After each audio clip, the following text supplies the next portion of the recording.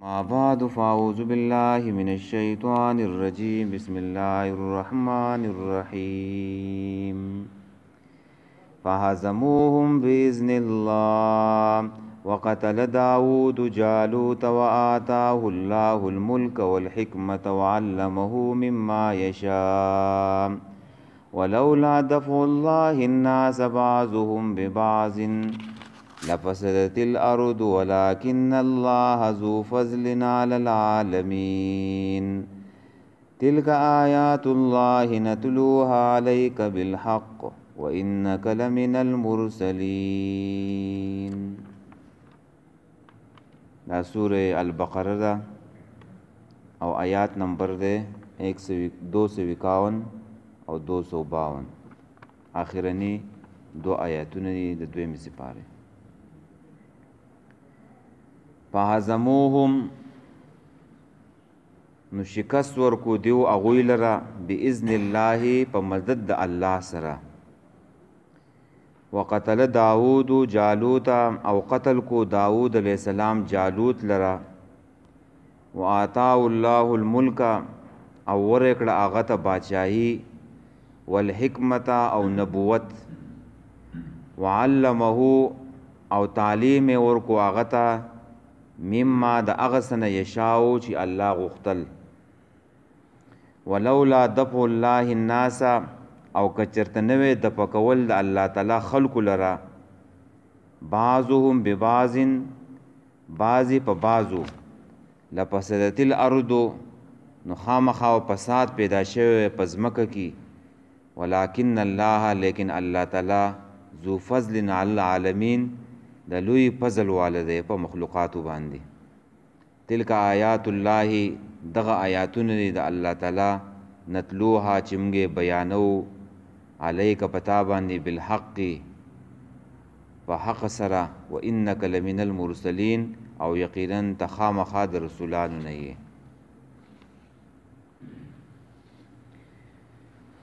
مخکې دا خبره بیان شوه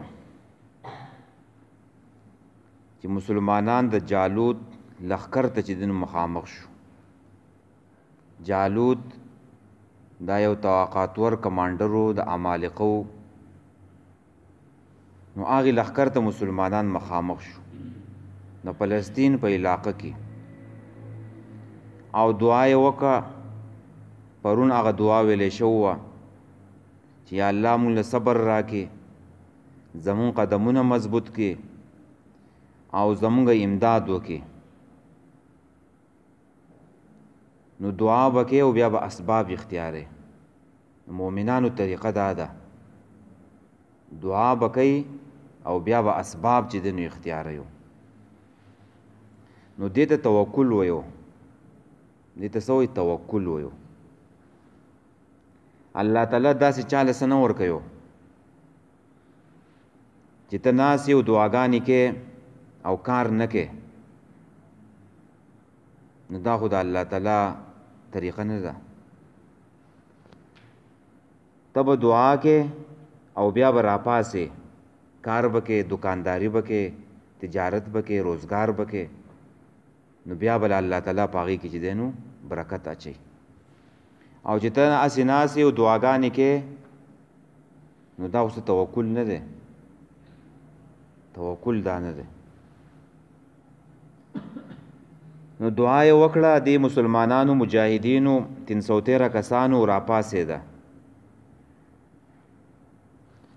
راپاسېده او دشمن ته چې دی نو مخامخ شو. تورې یې راواغېستلې تورې او دشمن ته مخامخ شو. دې ته توکل وایي. ښه توکل دا وپېژنه. داسې الله تعالی چاله څه نه ورکوي چې کور ناست یو ټکی کار نه کوي او د اسمان نه به تیاره راځي. داسې نه ده. څه اسباب به اختیارې اسباب به لټې په الله به بروسه او توکل کې نو بیا به الله تعالی هغه کار او کسب روانوي. نو په دې آیات کې اوس دا خبره بیانېږي چې مخامخ شو دیو جالوت ته نو څه چل وشو. نو دعا یې الله قبول کړله او الله تعالی ورسره چې دنو مدد وکړو او داود علیه السلام راولګېدو جالوت یې چې دنو قتل کو. او بیا الله تعالی داوود علیه السلام لا باچایی ورکړه او داوود علیه السلام مشر شو. یو دا خبره بیانېږي. دویمه خبره د جهاد او د قتال حکمت بیانېو چې دا جهاد مونږ ولې کوو، د دې څه مقصد دی. دا حکمت اوس په دې آیات کې بیانېږي چې الله تعالی دا بعضې خلک په بعضو نه د پکولی نو په ځمکه کې فساد جوړېدو. نو د جهاد دغه حکمت بیانېږي او آخره خبره دا پکې بیانېږي چې نبی علیہ السلام ځکه حق پیغمبر دی چې د طالوت واقعه بیانیو. نو دا طالوت او داوود علیہ السلام خو ډېر پخوا نه چې دی نو تیر شو دي. دا خو د عیسی علیہ السلام نه چې دی نو 1000 کاله مخکې تیر شو دي، 1000 کاله. او بیا د عیسی علیہ السلام نه بعد 1500 کاله پس نبی علیہ السلام پیدا شوی دی 571 کې، او 2510 کې ورته بیا نبوت چې دنه ملاو شوی دی. نو دا تقریبا شو 1400 کاله مخکینی واقعه نبی علیہ السلام بیانوي. او دی نبی علیہ السلام نه رچا شاګردي کړله او نه رچا نه چې دنو کتابونه ویلي. نو چې دا دومره پخوانی واقعیت تاسو ته بیانیو نو دا حق پیغمبر دی. په دې آخري آیات کې د قرآن او د پیغمبر هغه رښتینولي چې دی نو بیانېږي چې دا دومره پخوانی واقعه بیانیو نو دا د الله تعالی حق پیغمبر دی. او دا ومنیو او په دې پیغمبر باندې اعتراضونه چې دی نو هغه مه کوئ. ځکه د سپارې په شروع کې اول اعتراض شوی سيقول السفهاء چې بیوقوفان به اعتراض کوي چې د پیغمبر دا قبله ولې بدل کړه. نو اعتراض مه کوئ، دا حق پیغمبر دی، نه د رسولانو نه دی. څنګه چې رسولان مخکې راغلو دغه شانتي کې دا الله وی زما رسول دی. نو دا خبره بیانې فهزموهم نو شکست ورکو، دعا یې وکړه نو الله ولې دعا قبول کړله. شکست مو وایه شکست وایه، شکست دی په اصل کې. شکست وایي ماتې ته، ماته ورکول چاله. او دا حزم نه دی، حزم وایي یو شی ماتولو ته وایو چې سړی مات کی. نو داسې معنی هم کولی شي ماته ورکړه دیو هغوی لره. فهزموهم دی مسلمانانو ماته ورکړه، شکست یې ورکو هغوی لره، ټوټې ټوټې یې کړله. باذن الله په مدد د الله تعالی باندې، د الله تعالی مدد ورسره. وقتل داود جالوت او قتل کو داود علیہ السلام جالوت لره. داود علیہ السلام مشهور پیغمبر دی، سلیمان علیہ السلام پلار دی. او امام قرطبی ذکر کيو چې دا طالوت د چې کله روانو نو دی په لار باندې ګډي بيزي چې دنو سره ولې، ګډي بيزي سره ولې، وړو کې الکو نوجوان الکو. او دا ګډي بيزي سره ول نه دي، دام ډېر کمالي شی دی. وره ټولو پیغمبرانو ګډي بيزي سره ولې. په دې کې یو پیدا ده چې په سړی کې عاجزي پیدا کیږي. چې څوک ګډي بيزي سره نو په دې انسان کې به عاجزي پیدا کیږي. او په حدیث د مسلم شریف کې راځي چې څوک او خان سره یو پای کې به کینه پیدا کیږي، زړه به چې دنو سختيږي. نو پیغمبرانو دا ګډي بيزي چې دنو سره ولې. او بل په کې دا ده چې د سیاست چل پکې زده کیږي. سیاستو چې سیاست چل سړی زده کی، لکه تا ته ګډي بيزي اواله دي نو تب چې دینو ماخامې راولي واپس کور ته نو ستانه به تپوس کیږي لکه ګډه بيزه پکې ورکه ده، دا به چېرته تلي، دا خو راوستل پکارو. کومه پکې چې دینو ماته ګوډی ناجوړی نشي تللی نو هغه به ځان سره راوچتې. نو دغه شانتي کې د دې عوامو تربیت بکې، د دې عوامو اصلاح بکې، د دې عوامو خدمت بکې دغه سیاست دی. نو داود علیه السلام ګړې بزې پرېښودلې او ویل چې زما د دې خلکو سره د جنگ تماشه کوم. نو روان شو ورسره او موږ مخکې ویلو چې دی روان شو نو یوې ګټې ورته آواز وکړو چې ما د ځان سره راواله. هغې راواغېستله. بیا ورته بلې ګټې آواز وکړو ما د ځان سره راواله، نو هغې هم راواغېستله. بیا ورته درېیمې ګټې آواز وکړو چې ما د ځان سره راواله، هغې هم راواغېستله او په ګوتۍ کې چې دی نو واچېله. او دا دواړه پوجونه چې مخامخ شو نو جالوت چې کم د عمالقو کمانډرو مشرو هغه مبارزې ته راووتلو. مبارزه دې ته وایي چې پخواني جنګونو کې به یو سړی راووتو، اواز به وکړو زما مقابلې ته به څوک راوځي. او دا چې هغه راووتلو نو طالوت د دې مسلمانانو سره مشوره وکړه چې هلکه څوک به د دې مقابله وکړي، او چې چا دا قتل کو مړی کو نو هغې له به زه باچاهي م ورکوم او خپله لور به له هم په نکاح باندې ورکوم. نو داود علیه السلام نوجوان هلک دی، هغې ویله وایي زه به د دې سړي مقابله وکړم. خلکو ورته ویله وایي لکه ته وړکوټه یې، کمزوره یې، نشې کولی. نه وایي زه مقابله کولی شم. وایي څه تجربه دې شته که؟ وایي او زما خو ښه تجربه ده، ایشتل هم کولی شم. او یو ځل وایي داسې چلو چې ما ګډې بزې سره ولي نو په دې کې زمری راغی او زما یو بزې چې دی نو هغه ماته کړه. نو زه ورغلم او دا زمری مې ونیو د دې دواړو جامونه او په دې منځ باندې مې سیرې کو، مړ مې کو. نو ما د زمري مقابله کړله. نو طالوت ته وویله چې دا توره واخله او دا اس واخله او زغره واغونده وروزه. دی په اس باندې کېناستو چې چې ورووتو نو دا هغه ځای نه واپس راغی. خلکو وویله وایي لکه نوجوان وایي بزدلي ښکاره کړه. نو داود علیه السلام ورته وویله وایي زه په دې شیانو باندې جنګ نه کوم، وایي زه بس داسې وروزم اس نه بغیر تورې نه بغیر. تورې هم کېښودله او اس هم کېښودلو او خپله ګوته یې چې دی نو راواغېستله او د جالوت مقابلې ته ورووتو. او هلته جالوت دی داود علیه السلام له ډېر سپک وګڼلو چې دا خو ډېر کمزوری کس دی، نیسم یې اوس به ځمکې ته راواچوم او خبره به یې ختمه کړم.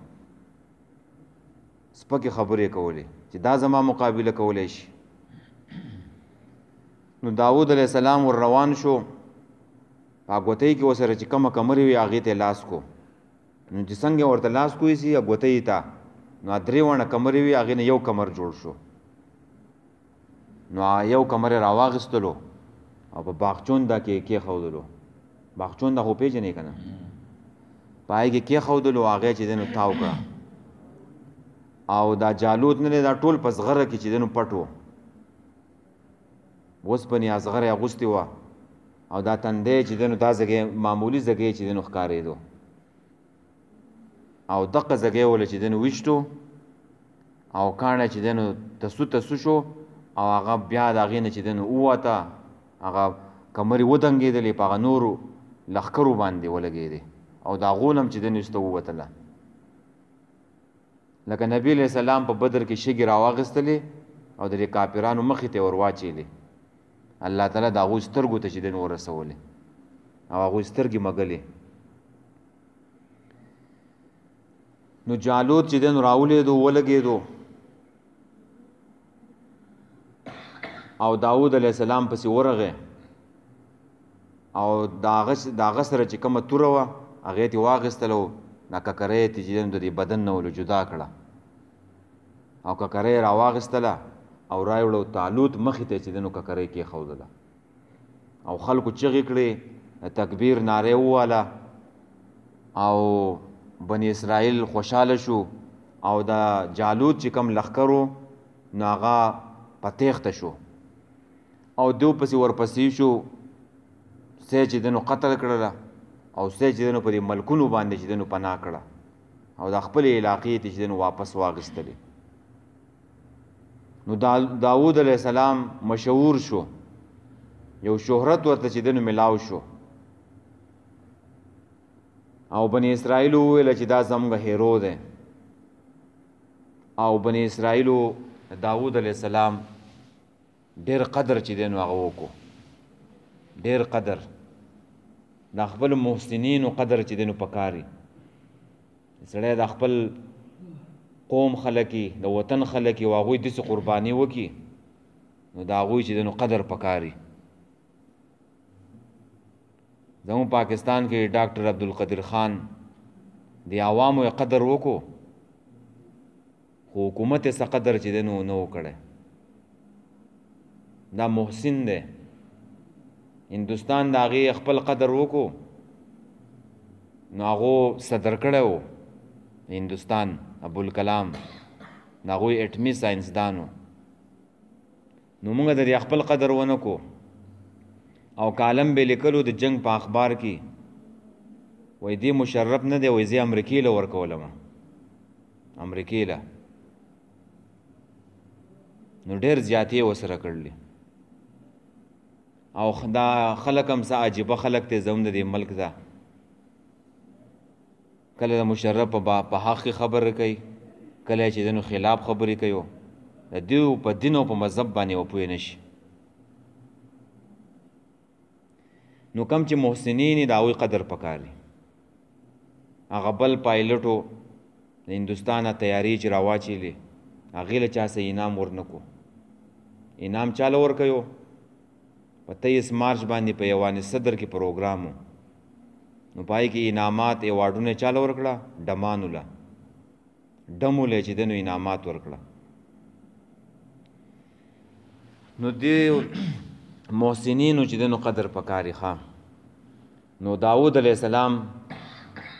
بنی اسرائیلو د داود علیه السلام چې دنو ډېر قدر وکړو او دا یو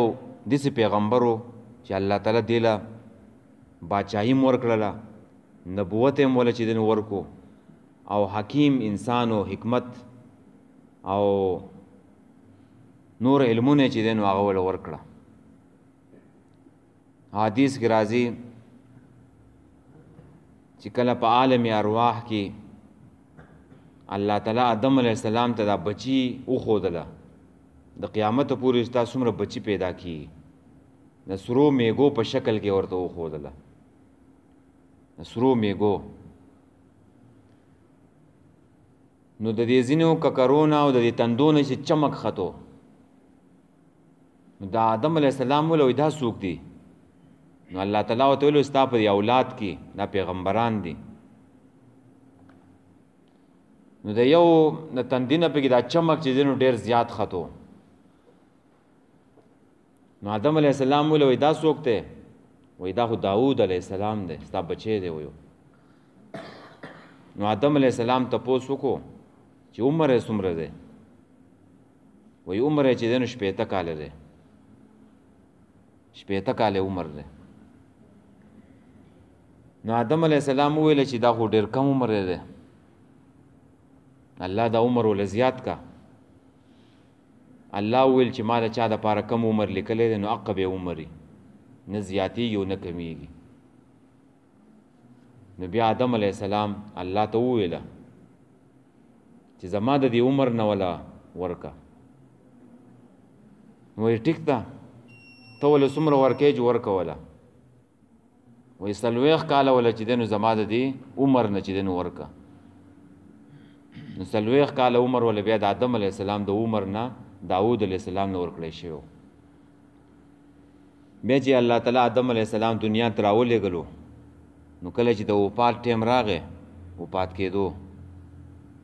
نو فرشتې به راتللې د ملک الموت نو حساب یې اخیستو پیغمبرانو ته به یې ویله و چې ستا ټیم پوره دی. نو آدم علیه السلام ورته وویل وایي زما دا ټیم خو نه دی پوره، فرشتي ورته وویل نه پوره شوی دی وایي حساب دې لګولی وایي آو وایي څومره وایي 980 کاله ستا پوره شو وایي دا نور خو 40 کاله چې دی نو تا خو داود علیه السلام له ورکړو نو بیا آدم علیه السلام انکار کولو خبره ته چې دی نو بیا هیره شوه اوس هم بچي چې دی نو ام انکار کوي او ام ته خبره یریږي نو بیا آدم علیه السلام نه پاقي عمر کې سا چې دی نو واغستو 980 او 40 دي داود علیه السلام نه راغلو او نبی علیہ السلام د دې پیغمبر د عبادت صفت کړی دی ګوره کان عابدن للبشر په دې بندگانو کې د ټولو نه ښایسته او ډېر عبادت کوونکی انسان څوک و دا داود علیه السلام چې یوه ورځ به روژه نیوله او یوه ورځ د بوزو او د نیمې شپې به خوب کولو او نیمه شپه به چې دی نو عبادت کولو او د دې په کور کې به داسې وخت نه راتلو چې په هغې کې به عبادت نه کېدو دا ټیم تقسیم شوی و ټیم یې تقسیم و 100 بیبیانې وې د دې داود علیه السلام او الله تعالی وله په دې وخت کې هم چې دی نو ډېر برکت اچولی و په ډېر لږ ساعت الله تعالی وله زبور چې دی نو ورکړی و زبور آسماني کتاب و او ښایسته آواز یې چې دی نو ورله ورکړی و او دا زبور چې نه دی دا به ویلو دا مرغۍ به راتللې د غرونو به ورسره چې دی نو ویلو او په ښایسته آواز باندې به چې دی نو ویلو ډېر ښایسته آواز یې و د داود علیه السلام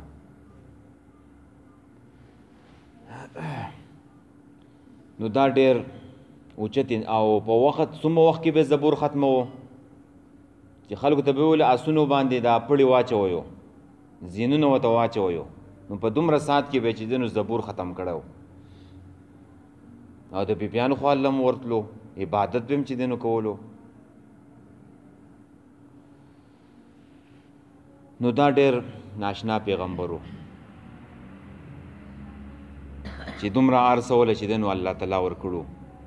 او دا په کور کې چې دی نو تاسو ته ما وویله چې داسې وخت به نه و چې عبادت به نه کېدو وخت په دې کور کې څومره خلکو په دیو باندې دا ټیم تقسیم و چې سار نه پس به لکه ته عبادت کې 10 بجو پورې 10 نه اخوا به دا بل کوي یا به دا بل کوي دا بل به کوي وخت به هېڅ نه راتلو چې چا به عبادت نه کولو اعملوا آل داود شکرا وقلیل من عبادی الشکور او بل ولا الله تعالی چې دی نو دا زغرې نه دي دا علم ولا الله تعالی ورکړی چې دا زغرې دا وسپنه ورته الله تعالی د موم په شانتې کې نرمه کړې وسپنه د تار په شانتې کې چې راماتولو زغرې به یې جوړولې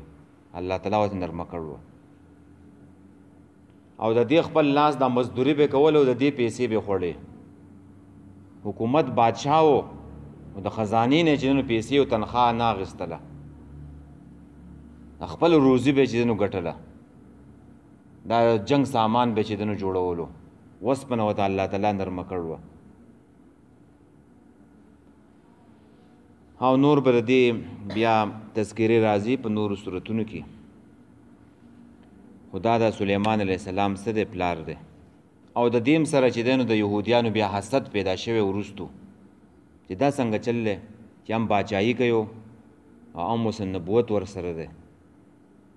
پکاره چې دا کرسۍ پرېږدي ځینو خلکو سره چاله چې الله کرسۍ ورکړي ځینو خلکو سره حسد پیدا شي چې دا خو هم نبوت کوي او هم چې دی نو حکومت کوي او هم وله پیغمبري ورته میلاو ده نو یهودیانو ویله چې دا حکومت پرېږدي ځکه چې دین جدا دی او دنیا جدا ده یهودیانو به دا ویله او نن هم دا خلک دا خبره کوي نن هم د یهودیانو دا صفت په دې مسلمانانو کې دی وایي د دین او د حکومت سره وایي څه کار دی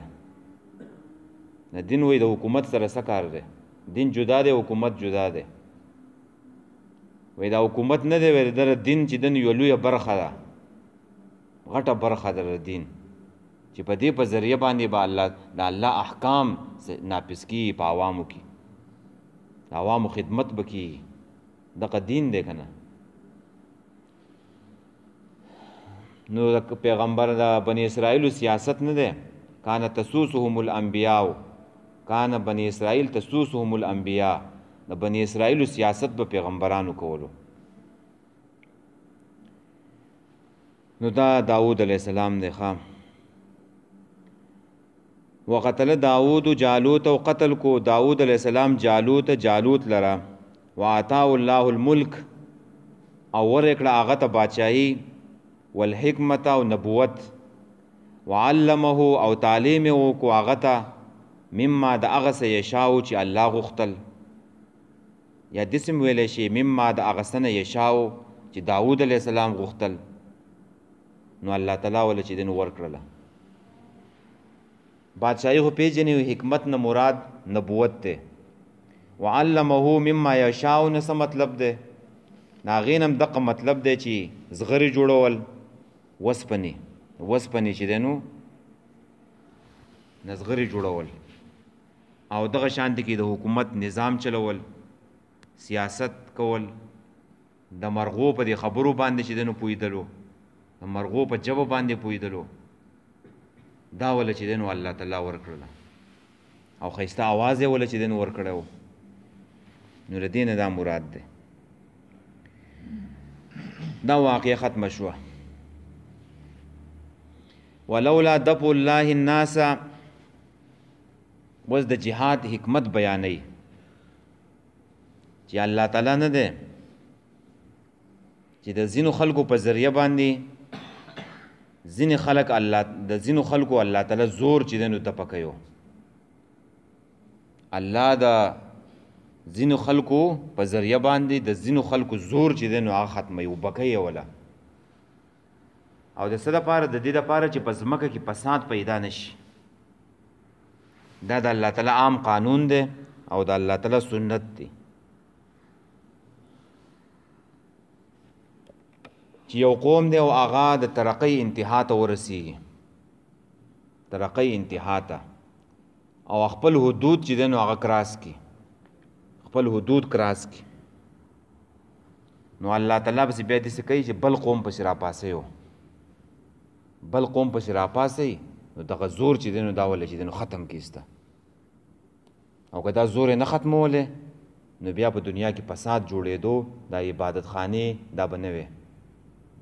نه به د کافرو محفوظ وي عبادت خانې نه به مسلمانانو لکه برطانیې ته وګوره که نه دا یو طاقت و ترقی یې کړو او خپل حدود چې دی نو کراس کړو په هندوستان ته راله او په هندوستان کې ورته خلک راپاسې د مسلمانان او برطانیې چې دی نو وواله او هلته چې دی نو د هټلر په ذریعه باندې چې دی نو وواله زور یې وله چې دی نو ختم کو نو یا به کافر یا به مسلمان نو زور به چې دی نو ختموي وله دغه شانتی کې امریکا روس یو طاقت و ترقۍ انتها ته رسېدل وه خپل حدود چې دی نو هغه کراس کړو نو بیا پسې الله تعالی مسلمانان راپاسوله او امریکې پسې راپاسوله تیس نیس یې کړله زور یې وله چې دی نو ختم کو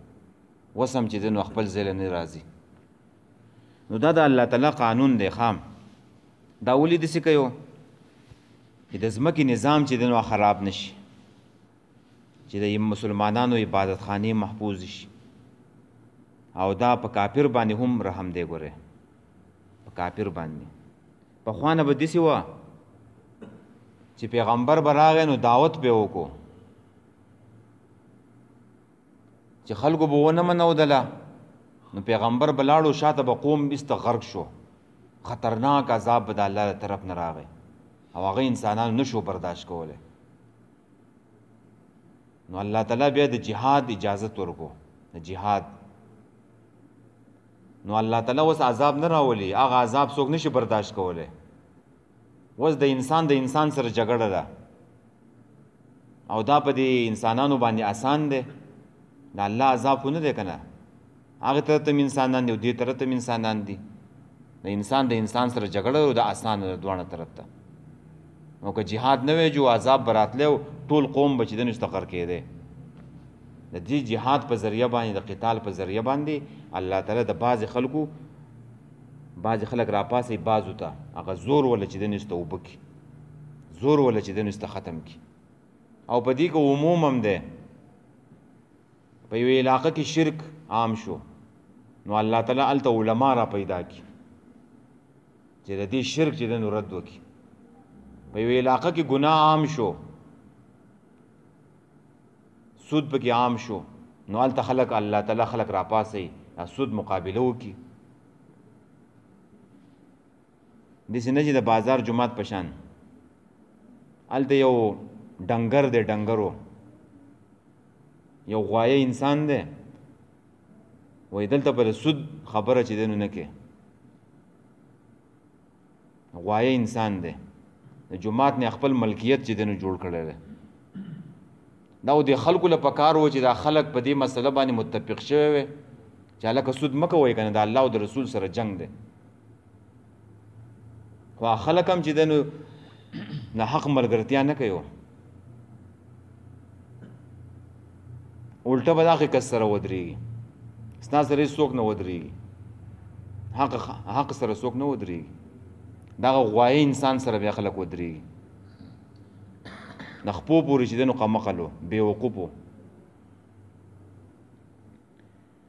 نو دغه شانتې کې بل ګناه چې دی نو په یوې علاقه کې زیات شي نو الله تعالی خلک راپاسئ و دا کم څوک چې ګناهونه کوي د هغوی زور چې دی نو کښېنئ پخوانه زمانه کې په دې علاقو کې شرکیاتو علماو چې دی نو محنت وکړو علماو کار وکړو زموږ نیکه و پایې کې کاټن مولوي صاحب او دغه شان محتمم صاحب الله دې ټول د خاورو سره الله وبخي نو هغوی پکې ډېر غټ کار کړی و بس هغه چې دی نو دومره دغه نشته اوس اساني ده اوس دومره شرکیات او جهالت چې دی نو هغه نشته خلک پوهې دی نو چې په کوم ځای کې تا ته پته ولګي نافرماني ده نو ته به د هغې چې دی نو رد کې د هغه خبره به کې خلک جومات ته مانځله نه راځي ستا ګاونډي دی نو تا له پکار دی چې ته هغې ته وینا وکړي الله به ستا نه تپوس کوي یا ستا په خوا کې اوسېدو جومات ته نه راتلو دا ته په دغه انسان باندې یو رحم کې مهرباني پکې دا جهاد نه دی دا به د کافرو باندې هم رحم دی په کافرو چې هغوی هم چې دی نو محفوظ شي چې دا زور چې دی نو ختم شي ولولا دفع الله الناس او که چېرته نه وی دفع کول د الله تعالی خلکو لره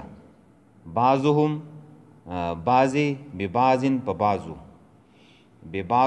بعضهم نه کافر مراد دی کافران ببعضن نه مسلمانان مؤمنان مجاهدین مراد دی کم ځای کې چې دی نو په اسلام باندې پابندي لګي نو هلته به الله مسلمانان جهاد کوي نو هغه زور به ختموي په دنیا کې اوس هم داسې ملکونه شته چې په پرده باندې پابندي ده څوک پرده نشي اچولی دا فساد دی اوسو اوس دغه په ګیره باندې پابندي دومره نشته خو مخکې ډېره وه په ګیره و پابندي وه چا به قرآن نشو ښکاره کولی د قرآن ترجمه په ترکي کې نه دی پخوانه د ترجمې تفسیر او ترجمې قرآن به ښکاره کې او د عربۍ دا به چې دی نو به یې نشو ښکاره کولی نو دا اوس فساد دی د دې فساد د ختمولو لپاره الله تعالی جهاد را لېږلی چې جهاد خلک وکړي دا لارې د اسلام کلاو شي او زور ختم شي د خلکو نو چې کم خلک په پرده پابندي لګیو نو هلته چې جهاد وشي نو د هغوی زور به ختم شي که نه الله تعالی به دفع کړي لفسدت الارض نو خامخا به فساد پیدا شوی په ځمکه کې هغه فساد سره دغه شرک دی چې د اسلام لارې چې دی نو هغه بندېږي ولکن الله لیکن الله تعالی ذو فضل د خاوند د فضل دی علی العالمین په مخلوقاتو باندې علی المؤمنین ونه ویلو علی العالمین ویلو چې دا پر ټولو مخلوقاتو باندې چې دی نو دا رحم دی د الله فضل دی مهرباني ده او که دا مسلمانان نه وي او دا عبادت خانې نه وي پرس کا دا مدرسې او توحید مرکزونه نه وي په دنیا کې دا نه وي نو الله به عذاب راوسته وي ټول به غرق وي دا کافر چې ژوند تیری وسو دا د مسلمان د لاسه تیری و په دې کله کې چې یو بېلمازه کس ژوند تیری و هغه هم د مسلمان د وجې نه چې دا ذکر کوي عبادت کوي الله عذاب نه راولي په دې ځمکه باندې نو که دا عبادت خانې نه وي او دا مدرسې نه وي دینی مرکزونه نه وي نو بیا دا ټول غرق وګورئ کافر هم بیا یې نه پرېښودو دا چې محفوظ دی د مسلمان د وجې نه محفوظ دی نو په دیو باندې چې دا مهرباني ده تلک آیات الله دغه آیاتونه یې د الله تعالی نتلوها چې موږ بیانو نقصها موږ بیانو علیک پتا باندې پیغمبر یا محمد بالحق بالصدق په حق سره په رښتیا سره و انک لمن المرسلین او یقینا خامخا ته د رسولانو نه یې چې دا واقعیت بیان کړه نر طالوت ته او دا قسم آیاتونه نو دا ته په حق بیانې چې حق خلکو ته واضح شي او دا بل څوک نشي دا رسولان دا داسې خبرې کولی شي بس دی فهزموهم نو شکست ورکو دیو لرا باذن الله په مدد الله فهزموهم نو شکست دی ورکو هغوی لرا باذن الله په مدد د الله سره وقتل داود جالوت او قتل کو داود علیہ السلام جالوت لرواتا الله الملک او ورکړه هغه ته الملک باچاهي والحکمت او نبوت وعلمه تعلیم ورکو هغه ته مما د هغه څه نه یشاء چې الله غوښتل ولولا دفع الله او کچرته نه وی د پکول د الله الناس خلق لرا بعضهم ببعض بعض په بعضو باندې لپسرت الارض نو خامخا او فساد پیدا شوی په ځمکه کې ولکن الله لیکن الله تعالی ذو فضل علی العالمین خاوند د فضل دی په مخلوقاتو باندې د لوی فضل خاوند دی په مخلوقاتو باندې تلک آیات الله دغه آیاتونه دي د الله نتلوها علیک چې موږ بیانو پتا باندې بالحق په رښتیاو سره په حق سره و انک لمن المرسلین او یقینا خامخا ته د رسولانو نه یې وایي